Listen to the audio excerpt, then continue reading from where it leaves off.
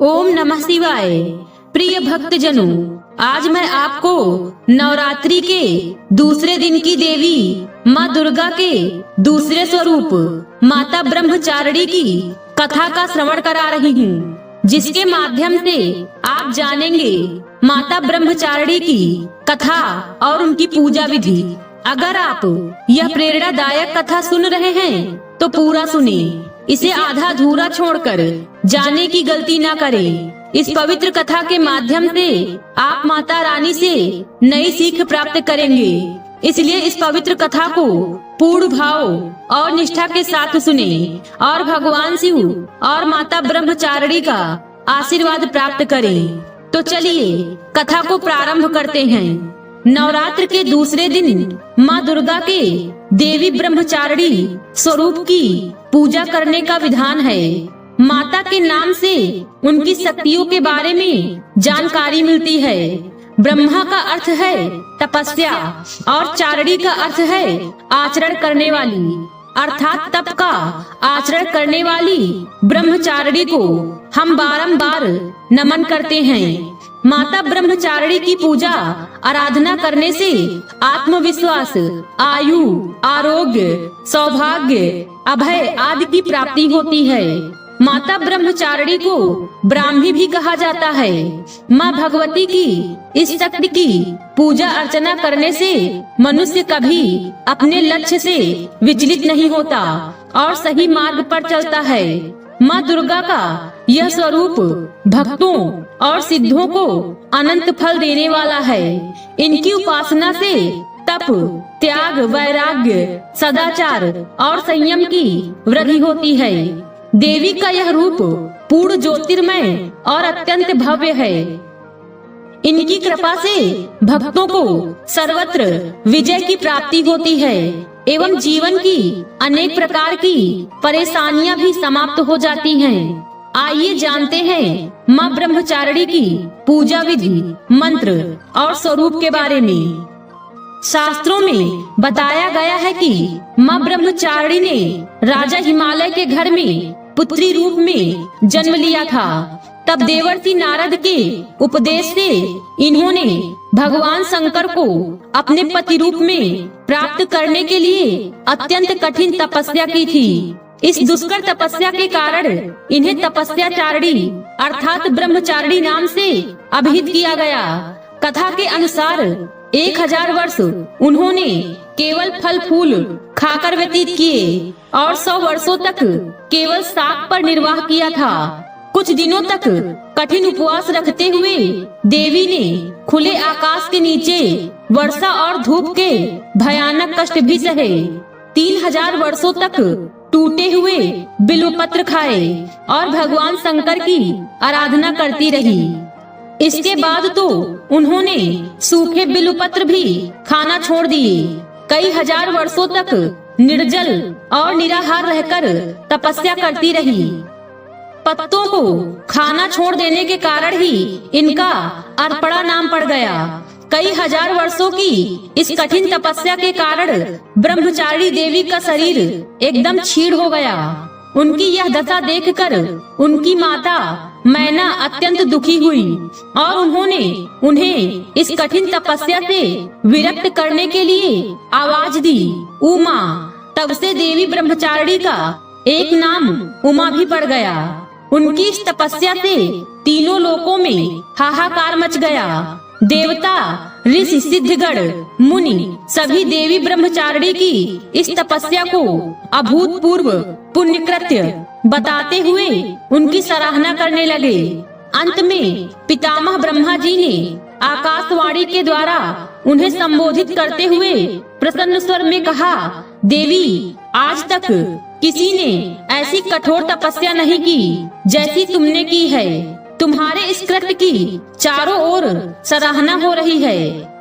तुम्हारी मनोकामना सर्वतोभावेन परिपूर्ण होगी। भगवान चंद्रमौली शिव जी तुम्हें पति रूप में प्राप्त अवश्य होंगे। अब तुम तपस्या से विरत होकर घर लौट जाओ। शीघ्र ही तुम्हारे पिता तुम्हें बुलाने आ रहे हैं। इसके बाद माता घर लौट आई और कुछ दिनों बाद ब्रह्मा के लेख के अनुसार उनका विवाह महादेव शिव के साथ हो गया। ब्रह्मचारिणी इस लोक के समस्त चर और अचर जगत की विद्याओं की ज्ञाता हैं। इनका स्वरूप श्वेत वस्त्र में लिपटी हुई कन्या के रूप में है, जिनके एक हाथ में अष्टदल की माला और दूसरे हाथ में कमंडल है।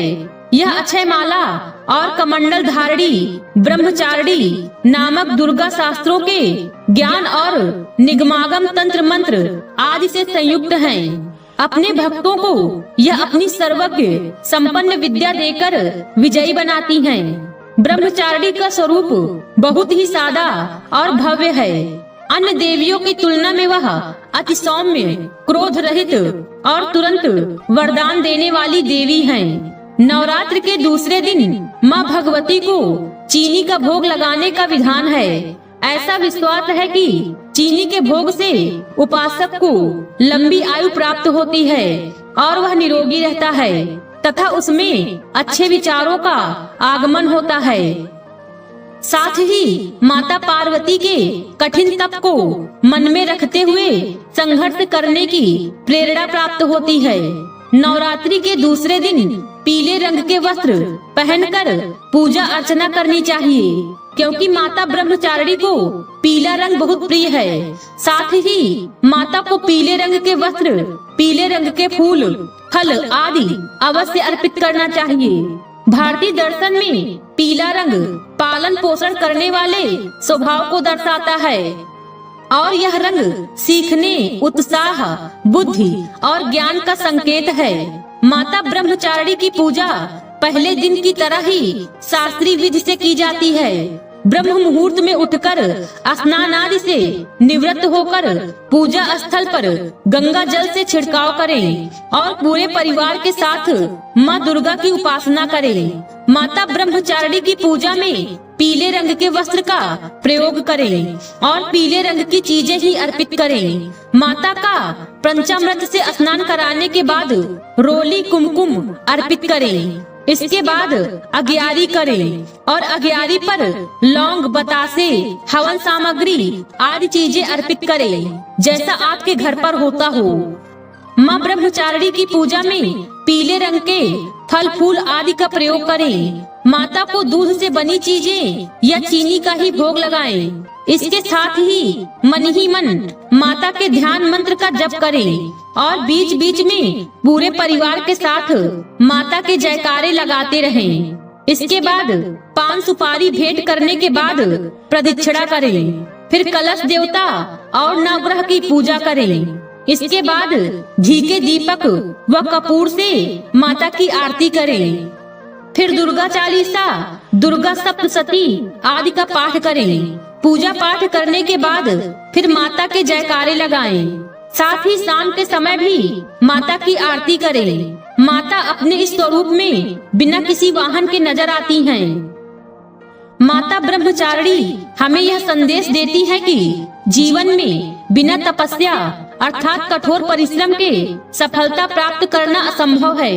बिना श्रम के सफलता प्राप्त करना ईश्वर के प्रबंधन के विपरीत है।